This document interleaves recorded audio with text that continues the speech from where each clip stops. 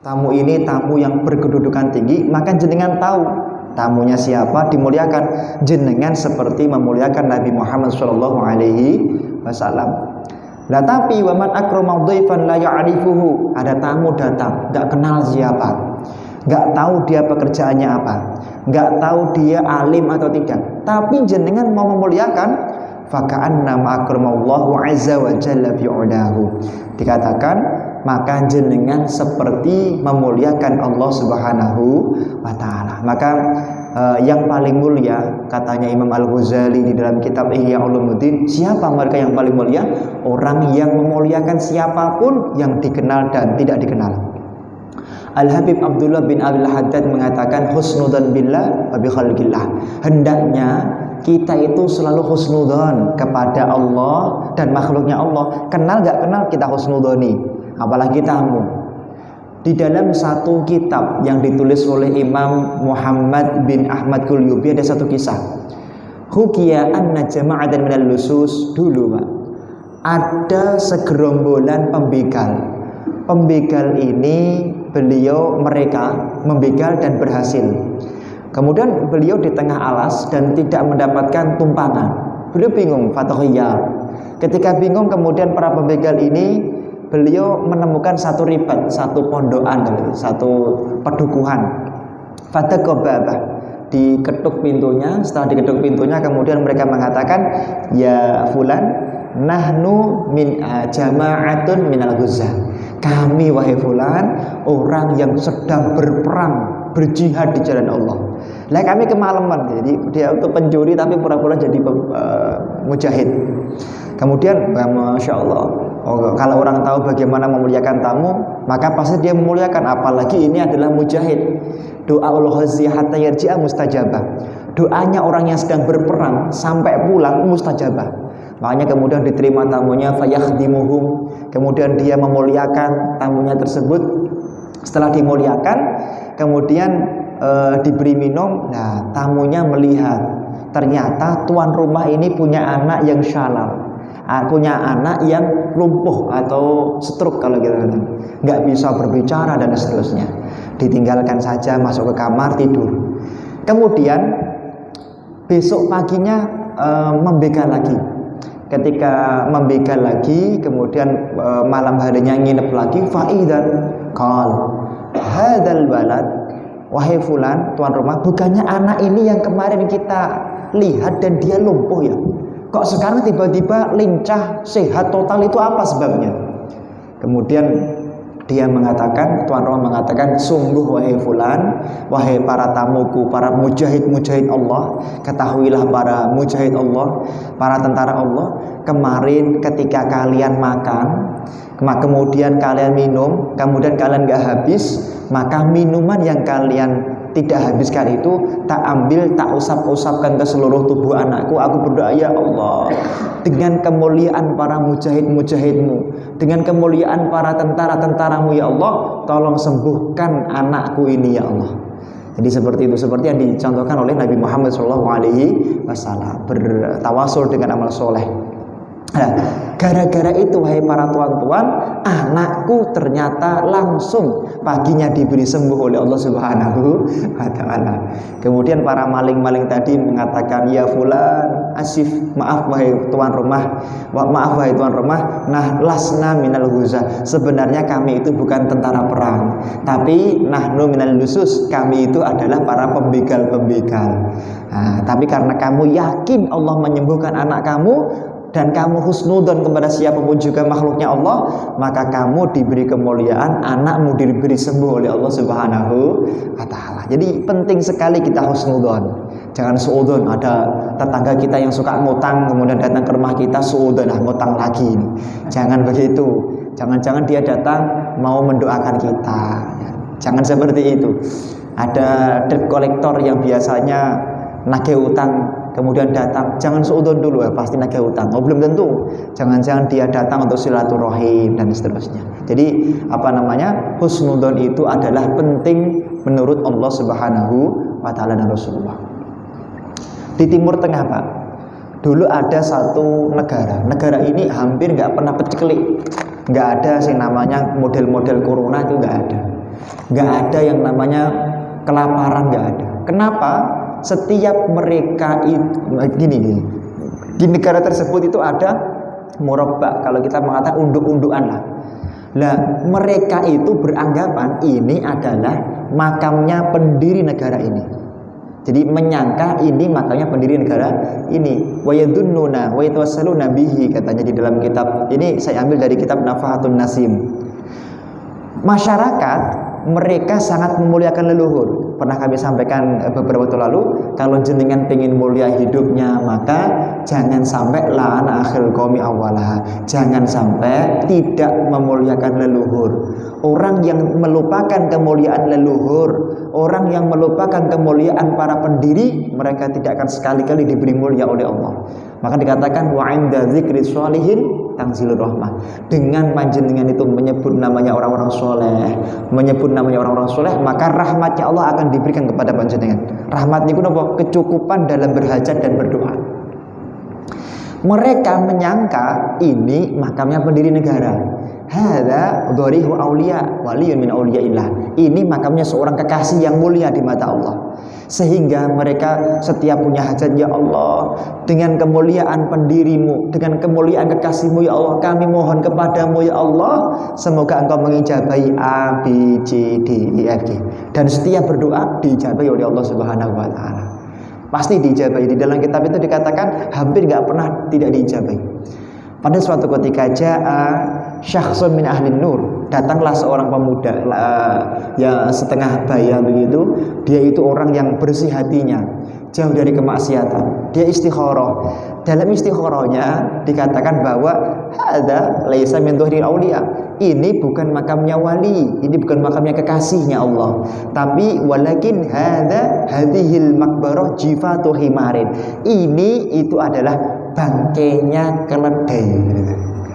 Jadi selama ini mereka itu minta kepada Allah dengan menyebut kemuliaan bangkainya keledai, tapi mereka yakin husnudon, ini adalah unduk-undukan yang mulia.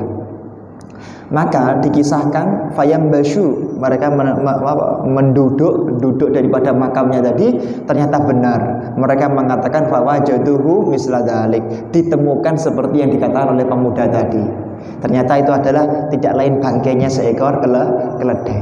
Maka sang kiai tadi, sang ulama tadi mengatakan bisa babi dzannihim, karena engkau selalu husnudzon kepada Allah akan mengijabahi semua doamu, maka walaupun kamu itu minta kepada Allah dengan bertawasul kepada sesuatu yang keliru, kamu tetap diijabahi oleh Allah Subhanahu wa Ta'ala. Maka kunci kesuksesan itu Bapak, kita husnudzon kepada Allah Subhanahu wa Ta'ala, enggak ragu. Kita berdoa yakin diijabahi.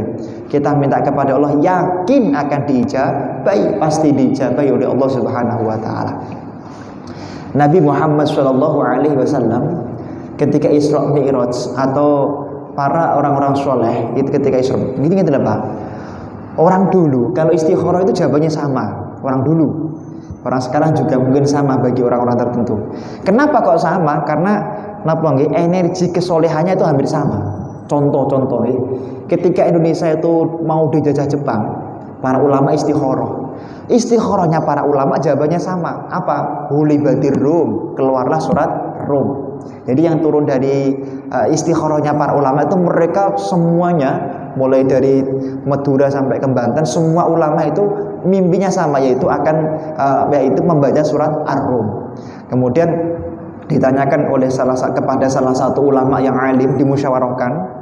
Kemudian dari musyawarah itu maksudnya begini loh, kita itu akan merdeka seperti bangsa Islam di zaman dulu. Apa? Kita merdeka tidak perlu perlawanan yang berlebihan kepada penjajah. Kok bisa? Nggih, makanya surat Rum yang keluar. Ketika zaman dulu bangsa Persia itu dikalahkan bangsa Romawi, kemudian bangsa Arab karena yang dulu dijajah oleh Persia kemudian merdeka begitu saja. Nah, ini istikharahnya para ulama, maka sama. Makanya para ulama saat itu sama, yaitu apa? Amerika Serikat menyerang Jepang, Setelah Jepang lumpuh, Indonesia tiba-tiba merdeka. Ini jadi perlawanannya ada, tetap kita berjuang, tapi tidak kemudian yang dilawan Jepang tidak. Tapi yang dilawan itu adalah kroco-kroco yang tinggal sedikit saja. Paham ya? Jadi orang dulu tuh kalau istikharah kualitas jawabannya hampir sama. Di Muhammadiyah saya kira juga sama, di NU juga sama. Kiai-kiainya kalau istikharah jawabannya sama. Contoh kecil, di tahun 2015 ketika ada muktamar, ini untuk NU, Muhammadiyah itu juga ada contohnya Muhammadiyah. Muktamar di Jombang, saat itu istikharah ulama semua sama jawabannya. Apa? Rois Am NU terpilih dari Banten. Itu jawabannya ulama sama. Semua, jadi mulai dari sana, kamu istikharah nganuin begini, kamu begini, semua sama jawabannya, yaitu Rois Am terpilih dari Banten. Makanya mau terjadi konflik, tetap saat itu ternyata yang terpilih dari Banten, Kiai Ma'ruf Amin. Jadi orang itu kalau sama-sama soleh biasanya istikharahnya sama. Kok bisa ada yang nggak sama istikharahnya? Yang sini cuman kelihatan warna tok, yang sini kelihatan jelas. Kenapa? Kesolehannya berbeda. Saat itu ada para ulama niku istikharah. Kembali lagi pada kisah di dalam kitab Ihya Ulumuddin. Ini dari Ihya, dari Imam Ghazali kisahnya. Di dalam kitab Ihya Ulumuddin dikisahkan kana Yahya ibn Aksam. Dulu ada seorang hakim di zaman Abbasiyah namanya Yahya bin Aksam. Yahya bin Aksam ini alimun min ulama'illah, seorang alim, seorang yang berilmu, mata faru'a fi manamihi ba'dul ulama, meninggal dunia dan kemudian orang-orang soleh itu bermimpi dalam istikharahnya bahwa mereka bertemu dengan Yahya bin Aksam dalam istikharahnya. Mereka bertanya, ma fa'alallahu bik, wahai Yahya bin Aksam, Allah itu ngapain kamu? Allah itu nyiksa kamu atau memberi nikmat kamu? Kemudian si Yahya bin Aksam mengatakan, auqafaniyallahu ta'ala baina yadayhi, Allah memuliakanku dengan mengangkat derajatku di akhirat. Bi ayyi sababin nilta hadhil manzilah, kamu kok bisa dapat derajat yang semulia ini, apa sebabnya? Kemudian Yahya bin Aksam mengatakan, sebenarnya aku itu ulama tapi banyak maksiatnya, sehingga ketika aku masuk ke dalam alam kubur aku dipanggil ya Syekh Su, wahai ulama yang buruk, ulama yang buruk dan ulama yang buruk. Ketika aku mau disiksa oleh Allah, disiksa oleh malaikat, dimasukkan ke dalam siksaan yang pedih, aku kemudian melakukan irti'at atau iktirohat. Kalau bahasanya itu kita matur gitu. Malaikat ketahuilah wahai malaikat, hidupku itu memang mungkin banyak maksiat, mungkin banyak dosa, tapi aku punya satu hal yang selalu aku gemi dalam hidup. Apa? Aku selalu husnudzon bahwa Allah akan memasukkanku ke dalam surganya Allah Subhanahu wa ta'ala. Ketika si Yahya bin Aksam bilang begitu kepada malaikat, Allah dengar, Allah mengatakan, sodakta ya Yahya bin Aksam, sodakta ya Aba Hurairah, sodakta, sesuai hadisnya anak agdadoni abdibih gitu. Sesuai hadis yang sahih. Dikatakan, wahai malaikat, masukkan si Yahya bin Aksam ke dalam kenikmatan alam kubur dan di dalam surga, karena dia telah husnudzon kepadaku, aku akan memasukkan yaitu dia ke dalam surga. Insya Allah kita husnudzon ya, kita semuanya meninggal akan husnul khotimah. Ampun nangil-nangil Pak, ampun nangil-nangil. Masalah surga niku wis angel-angel. Agama sebelah niku sithik-sithik surga. Agama sebelah niku sithik-sithik ahli surga. Lah Islam nak neraka terus, mungkin jamaahnya tambah sithik ya. Makanya surga niku rasa larang-larang, dimurahke mawon pokoke jenengan husnudzon Allah memberikan kemuliaan surga, insyaallah kita semuanya meninggal dalam keadaan husnul khotimah. Orang tua kita yang telah mendahului kita, mertua kita, leluhur kita yang telah mendahului kita husnudzon ya, mereka semuanya juga menjadi ahli surganya Allah. Ini penting husnudzon. Husnudzon ini penting. Ada satu kitab berjudul Hikayatus Sufiyah. Di dalam kitab tersebut dikisahkan bahwa dulu ada seorang obatnya itu ahli ibadah.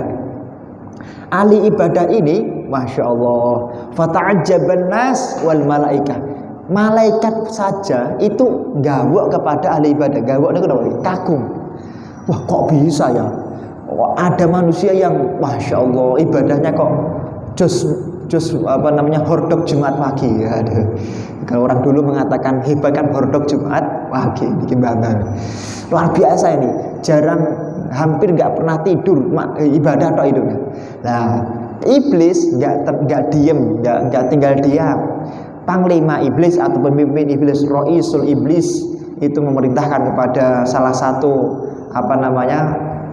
jenderalnya lah kalau kita mengatakan, atau pangkostratnya iblis gitu.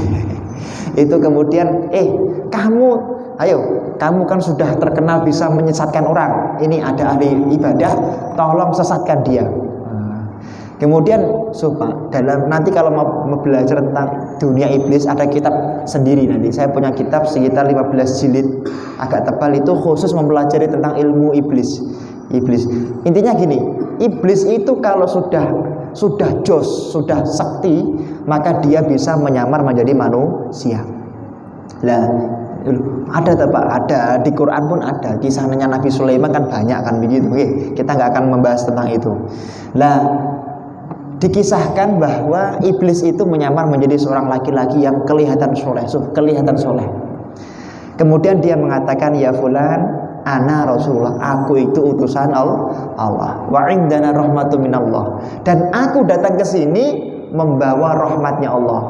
Nah, situ ahli ibadah yang penuh dengan orang itu kalau soleh husnudonan, Pak. Ciri-ciri orang soleh itu selalu berbaik sangka, orang gampang curiga. Makanya dikatakan di dalam beberapa makalah, jenengan kok memandang dia buruk, sebenarnya itu adalah cerminan dari diri jenengan. Kalau jenengan memandang ini kok ahli maksiat, jenengan sebenarnya juga ahli maksiat. Ini kok buruk akhlaknya, jenengan yang mengatakan begitu nggak jauh juga buruk akhlaknya. Ini adab. Tapi kalau orang soleh memandang sesuatu pasti dengan pandangan kemuliaan, dengan pandangan mengagungkan, dengan pandangan kasih sayang, dengan pandangan surga. Dia mengatakan, Masya Allah, aku bersyukur kepada Allah karena telah diutus utusan yang mulia. Nah, sekarang aku bertanya kepadamu, apa rahmatnya Allah tersebut? Nah, si iblis yang menyamar menjadi laki-laki soleh tadi mengatakan, wahai Tuhan ahli ibadah, ketahuilah qad balagta, sungguh engkau telah berada atau sampai ila darajatil arsy, menjadi orang yang mulia, sehingga kamu juga dimuliakan sampai arsy, sehingga kamu mulai sekarang nggak perlu beribadah lagi. Nah, ini iblisnya di sini. Jadi dia itu dipuji-puji dengan tujuan apa? Kamu karena sudah mencapai arsy nggak perlu beribadah lagi. Paham nggih? Jadi iblis itu kalau menggoda begitu, Pak. Menggoda kita tuh hati-hati. Kemudian si tuan rumah ketika ada tamu seperti itu, beliau husnudzon. Masya Allah, terima kasih, ternyata aku sudah mencapai derajat arsy. Terima kasih ya Allah, terima kasih ya Allah, terima kasih wahai utusan, engkau merupakan malaikat yang mulia. Aku yakin engkau malaikat yang mulia.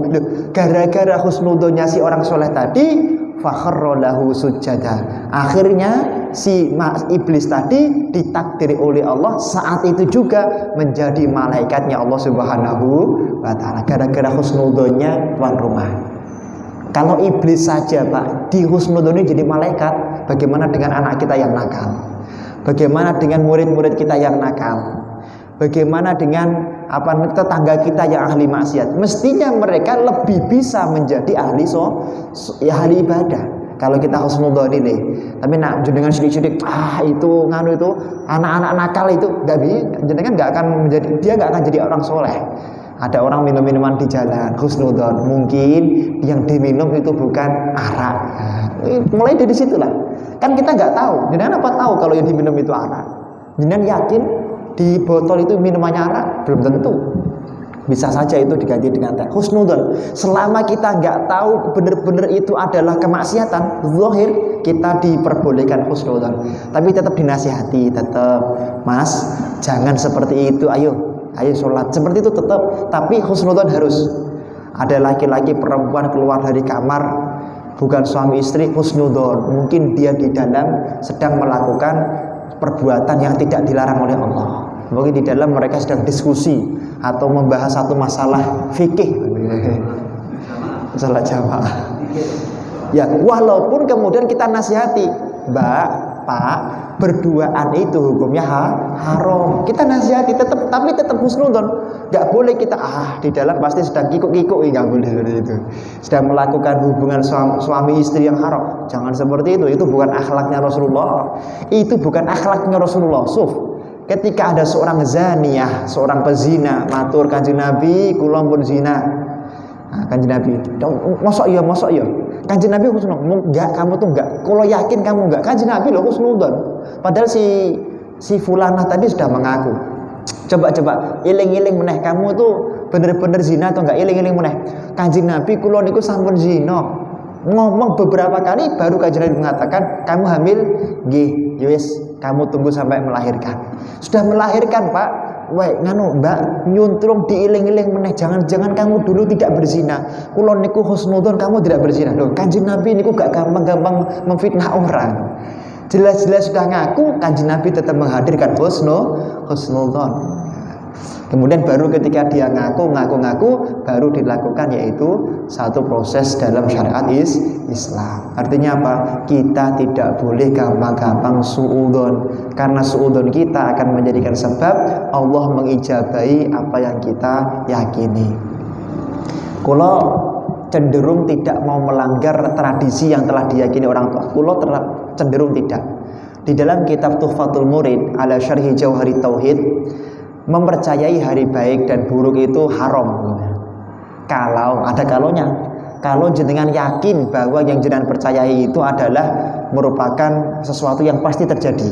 Tapi kalau jenengan percaya, wah ini besok tanggal ini akan terjadi, kalau menikah akan terjadi ini misalnya, jenengan mempercayai itu tapi dilambari, tapi semua kembali ke takdirnya Allah. Kalau seperti ini boleh.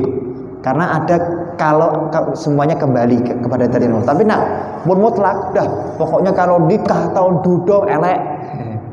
Kalau nikah mujur mayit elek. Kalau nikah ngalor ngitan elek, misalnya ngoten. Pokoknya percaya tenan, maka hukumnya haram. Bahkan bisa syirik atau bisa murtad kalau nggak hati-hati. Tapi kalau tetap Allah tetap. Kita itu kalau pakai peso untuk memotong lombok pasti tugel. Cuman tugel tidak tugel tetap kembali kepada takdir Allah. Ini ibarat di dalam kitab Tuhfatul Murid. Maka orang tua hubungannya itu dengan hadis tadi apa Pak Musta'in? Orang tua itu jangan sampai memiliki satu keyakinan buruk kepada apapun dan siapapun. Nggih. Mun kula ngajak panjenengan mun mboten enten dina apik, mboten enten dina elek, kabeh dina apik ngaten mawon. Cuman ngeten Pak, umpami panjenengan tasik gadah tiang sepuh niki kok atine dereng mantep nak semua hari itu baik, lebih baik kita tidak melanggar keyakinan orang tua. Karena zon atau keyakinan itu akan diijabahi oleh Allah Subhanahu wa taala. Nak lunga nak nikah aja kepethuk hitungan 17 aja kepethuk hitungan 29 misale ngoten Pak nggih, ngapunten misale. Nak saged jenengan jangan melanggar selama orang tua ini belum mampu untuk keluar daripada itu. Gitu. Karena zonnya orang tua akan diijabahi oleh Allah Subhanahu wa taala. Jadi jangan menyepelekan zon, jangan menyepelekan prasangka. Apalagi prasangkanya orang tua itu adalah sesuatu yang sangat diijabahi oleh Allah Subhanahu wa taala. Hati-hati dengan prasangka orang tua kepada anak. Mislu sab'ina nabiyan. Orang tua kalau berdoa untuk anak maka seperti ijabahnya 70 nabi. Maka hati-hati nggih. Walaupun itu enggak diatur dalam Islam dan kita mempercayai haram, tapi kalau dipercayai akan terjadi. Mempercayai sesuatu jadi jelek itu terjadi, Pak. Misalnya ini rumah ini kalau enggak ditempati, misalnya rumah A, B, C, ini roboh. Orang mempercayai itu atau husnudzon begitu akan diijabahi oleh Allah Subhanahu wa taala. Seperti itu. Makanya di beberapa negara seperti di Jepang, terutama yang ahli pertaniannya. Kemudian di mana itu di Jerman, yang mana di sana banyak pertaniannya itu, di sana itu melakukan praktek. Jadi ada dua tanaman, yang satu husnudon. Kita husnudon tanaman ini akan tumbuh kembang baik. Yang satunya nggak mungkin tumbuh kembang baik. Padahal yang di sini pupuknya paling banyak, tetap walaupun dia itu diberi pupuk tetap tidak bisa berkembang karena disuudoni tadi. Disuudoni. Maka ini penting sekali, ya. Kemudian yang berikutnya, tamu itu kalau datang membawa barokah. Jadi kalau jenengan ada tamu, jangan diusir. Jangan sini-sini moro ngentekno teh. Sayyidina Ali atau menantunya Rasulullah itu pernah menangis keder sekali. Keder niku buanter, fabaka bukaan syadidan. Dikatakan faqila lahu ma yubkika. Wahai Sayyidina Ali, kenapa kok kamu tiba-tiba menangis terus, kenapa? Beliau mengatakan lam ya'tini dhaifun mundu sab'ati ayyam. Aku itu sudah 7 hari enggak punya tamu. Dikatakan wa akhafu ayyakuna Allah ta'ala qad ahanani. Aku khawatir rumahku yang enggak ada tamunya ini itu nanti banyak musibahnya. Karena rumah yang banyak tamunya itu biasanya akan banyak berkahnya. Sebagaimana Kanjeng Nabi pernah menceritakan, qala akhbarani Jibril alaihissalam, inna dhaifa idza dakhala ala akhihi muslim dakhala asma'u alfu barakah. Seseorang yang didatangi tamu, maka rumah yang didatangi tamu itu akan diberi 1000 keberkahan oleh Allah.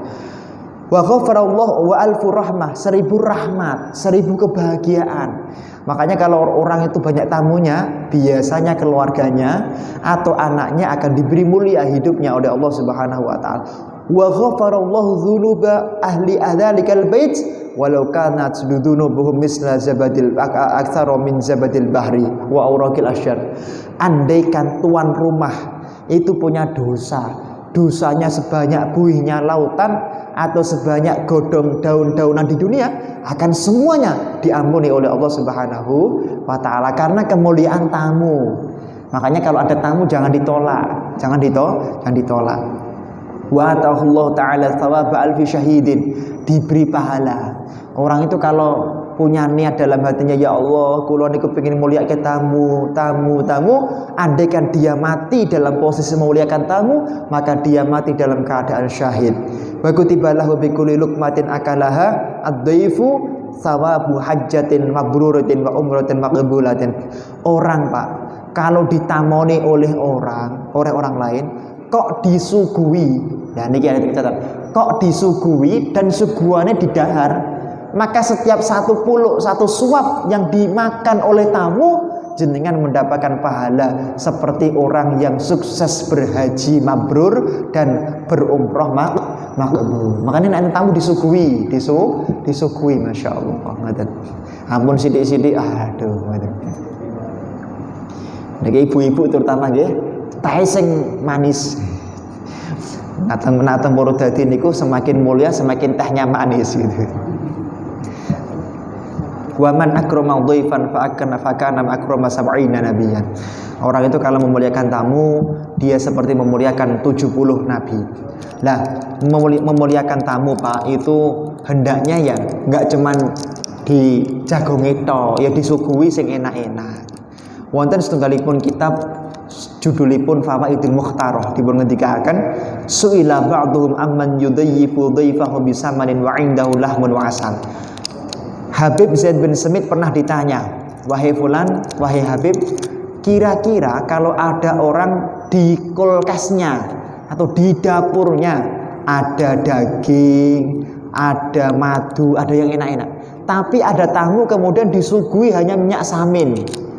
Cara kula panjenengan iki nang kamar ana buah-buahane enak-enak, kudu disuguhi napa namine gedang goreng kira-kira gitu. Faqal dzalikar rajulu la yu'minu billahi wal yawmil akhir. Dikatakan orang tersebut tidak dianggap beriman sempurna kepada Allah dan kepada Rasulullah. Maka monggo Bapak-bapak, kalau ada tamu kita muliakan. Orang dulu mereka tahu kemuliaan tamu sehingga kalau ada tamu nggak mau diwakilkan. Ditulis di dalam kitab Risalah Al-Qusyairiyah. Wa kana Umar bin Abdul Aziz. Panjenengan pirsa, Umar bin Abdul Aziz, siapa dia? Seorang khalifah. Di zaman Sayyidina Umar bin Abdul Aziz, orang sedekah itu kesulitan, Pak. Kalau zaman sekarang kesulitan karena nggak punya harta. Kalau zaman dulu kesulitan karena nyari yang miskin nggak ada. Ini bedanya. Di zaman Sayyidina Umar bin Abdul Aziz ini nyari orang miskin sulit, nyari orang yang bisa menerima zakat berat nggak ada di sana. Seperti Brunei Darussalam ini sekarang nggak ada yang berhak menerima zakat karena nggak ada yang miskin di sana. Brunei Darussalam. Dikisahkan Khalifah Umar bin Abdul Aziz ini pernah kedatangan tamu. Kemudian dikatakan fakada siraju yantafiu. Tiba-tiba lampu di rumahnya mati. Kemudian dikatakan faqala dhaif, wahai khalifah, aku mu ilal misbah fa uslihu. Izinkan aku untuk memperbaiki lampumu. Apa jawaban Sayyidina Umar bin Abdul Aziz? Beliau mengatakan, la, jangan. Laisa minal karam istikhdamud dhaif. Sesungguhnya orang kok minta tolong ke tamunya untuk keladeni, dia bukan termasuk orang yang memuliakan tamu. Makanya monggo kula panjenengan sami-sami sareng-sareng memuliakan tamu, jangan sampai tidak dimuliakan. Ada seorang ulama ahli madhab, yaitu Imam Malik. Imam Malik ini gurunya Imam Syafi'i. Imam Malik pernah didatangi Imam Syafi'i. Nazala al-Imam Syafi'i radhiyallahu anhu bil Imam Malik radhiyallahu anhu wa huwa syaikhuh. Imam Syafi'i pernah datang kepada Imam Malik, sowan. Padahal Imam Malik ini gurunya, guru hadis. Fasabba bi nafsihil ma'ala yadayh. Imam Malik ngapunten, Pak, sebagai guru beliau mendetke damelke teh piyambak dituangkan sendiri, padahal itu gurunya ulama besar. Wa qala lahu la yurawwi'ka ma ra'aita minni fa khidmatud dhaif 'alal mudif fardun. Dikatakan, wahai Syafi'i, ketahuilah wahai Syafi'i, aku memuliakanmu bukan karena bukankah sebab kamu muridku, tapi aku memuliakan kamu seperti ini karena engkau hakikatnya adalah merupakan tamuku. Sedangkan memuliakan tamu hukumnya fardu. Jadi seperti itu. Jadi Imam Syafi'i. Maka monggo. Sayyidina Umar itu kalau ada tamu mau datang, beliau berdiri di depan rumah. Sayyidina Umar bin Khattab, kalau ini Umar bin Khattab, kalau tadi Umar bin Abdul Aziz. Dikatakan, kana idza ja'ahu dhaifun qama bi nafsi yakhdimuhu fakir fi dzalika qala sami'tu Rasulullah sallallahu alaihi wasallam yaqul al malaikatu yaqumuna fi manzilin fihi dhaifun fa ana astahi an ajlisa wal malaikatu qaimun. Wahai manusia, wahai masyarakat, ketahuilah, kenapa aku setiap ada tamu itu nyambut sendiri, nggak pakai membantu. Bukan membantuku yang menyambut, bukan ajudanku yang menyambut, tapi aku berdiri sendiri di depan. Kenapa? Karena aku mendengar Rasul mengatakan, tidaklah suatu rumah didatangi tamu kecuali rumah tersebut itu dirubung, diselimuti oleh para malaikat yang berebut memberikan rahmat kepada rumah tersebut. Ini seperti itu. Nah, Bapak Ibu yang dimuliakan oleh Allah, ada dua kisah tentang memuliakan tamu. Kana rajulun, ini saya ambil dari kitab Tuhfatul Ashraf karya Al-Hafidz Al-Mizzi. Kana rajulun ja'a dhaifun wa lam yakun 'indahu syai'un yuqaddimuhu lahu siwa khaylihi alladhi yaghzu bihi. Dulu, Pak, ada seorang laki-laki yang beristri. Laki-laki beristri atau suami istri ini itu miskin sekali, gak punya apa-apa, gak punya harta. Pada suatu ketika datanglah seorang tamu. Tamunya datang, tamu ini berkunjung. Lah, laki-laki tadi tahu betapa mulianya orang yang memuliakan tamu. Ketika istrinya sedang pergi, kemudian dia melihat, wah, aku gak punya harta apa-apa kecuali hanya khail, yaitu apa? Kalau kita mengatakan kuda lah. Kuda ini dipakai perang, kudanya dipakai nyambut gawe.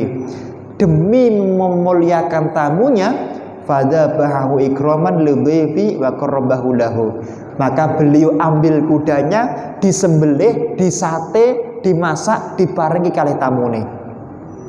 Fanaza'atu zawjatuhu wa khasamathu wa lamathu 'ala dzalika lihtiyaji ilal khail. Istrinya datang, Istrinya datang ngamuk-ngamuk, "Mas, sampean ki lho, ora ngerti apa?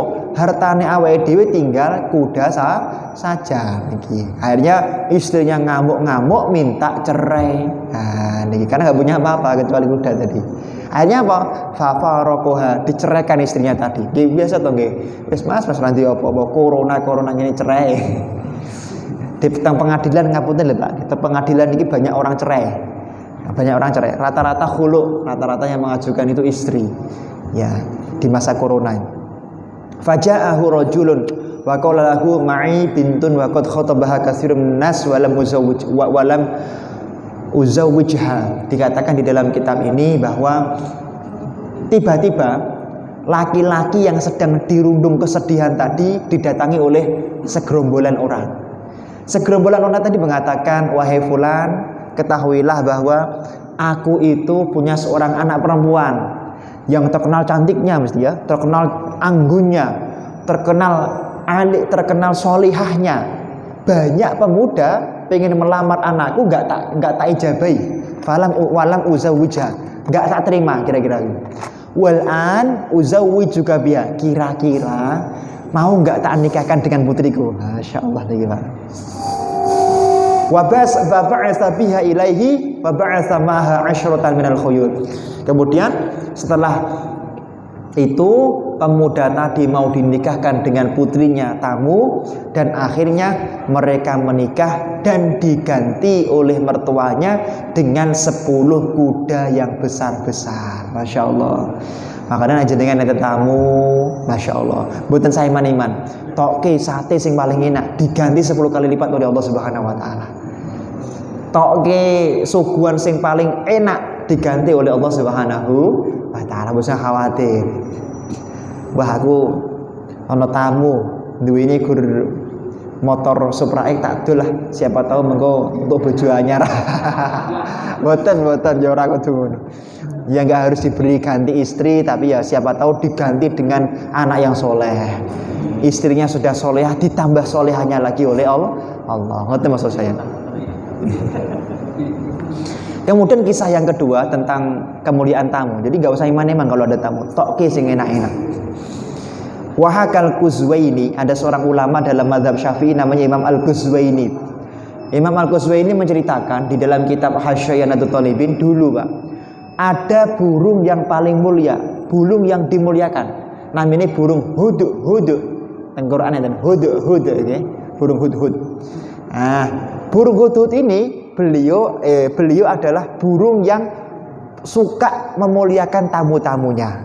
Pada suatu ketika burung hudhud qala li Sulaiman, dia bilang kepada Nabi Sulaiman, "Ya Nabi Sulaiman, uridu antaguna dhaifi anta wa askaruka yauma kadza bi jaziratin kadza." Wahai siapa Nabi Sulaiman, mbok yo jenengan itu sekali-kali datang ke rumahku. Alamatnya di sini, tanggal ini. Tak tentukan tanggalnya ya, biar nanti aku persiapan. Aku pengen engkau menjadi tamuku dan aku bisa menyuguh yang paling enak-enak yang akan kamu bisa makan dan minum beserta dengan bala tentaramu. Kemudian fahadharu Sulaiman wa bijunudih. Nabi Sulaiman sesuai dengan map ya, Google Map-nya si burung tadi, beliau mendatangi. Ketika mendatangi ke tempatnya burung tadi, fa'atal hudhud bijarodati maitatin. Tiba-tiba Pak, ketika Nabi Sulaiman datang ke tempatnya burung hudhud dan bala tentaranya, mereka dilempar pakai burung belalang. Loh, kamu itu katanya mau nyuguh sing paling enak-enak, mana suguhannya? Jawabannya burung hudhud adalah kulu faman fatahul lahmu adrokal marok. Ketahuilah Nabi Sulaiman, sungguh menurut kami tidak ada suguhan yang lebih enak, makanan yang lebih enak daripada yaitu bangkai-bangkai belalang. Akhirnya Nabi Fadhahika Sulaiman wa junuduh. Nabi Sulaiman dan bala tentaranya tertawa. Ya nggak salah burung hudhud kan. Burung hudhud kan makanannya kan memang belalang. Tapi dikatakan katanya burung hudhud adrokal marok, kalau kalian itu kehausan silahkan minum di, kan ini kan rumahnya burung hudhud sampingnya ada laut Pak. Kalau kalian haus, minumlah minuman dari lautan tersebut. Sungguh air laut itu adalah air yang paling segar menurut kami katanya. Ini gara-gara burung hudhud ini memuliakan tamu Nabi Sulaiman, maka burung hudhud ini salah satu burung yang dicintai oleh Allah dan Rasulullah Shallallahu Alaihi Wasallam. Burung saja karena memuliakan tamu diagungkan oleh Allah. Bagaimana dengan panjenengan semuanya? Bagaimana dengan kita? Mestinya lebih dimuliakan. Bun. Ada pertanyaan? Betul ya. Kalau mboten buka pertanyaan tanya jawab untuk ke depan. Kalau ada pertanyaan ditaruh di depan sini nggih. Seperti majelis-majelis yang lain biasanya kalau ada pertanyaan ditaruh di meja sehingga kita akan menjawab satu persatu insya Allah. Semoga semua hajat guru-guru kita dikabulkan oleh Allah. Semua hajat kita dikabulkan oleh Allah. Kita berkumpul di sini, kelak kita dan anak turun kita serta seluruh muslimin muslimat menjadi ahli surganya Allah. Al-Fatihah.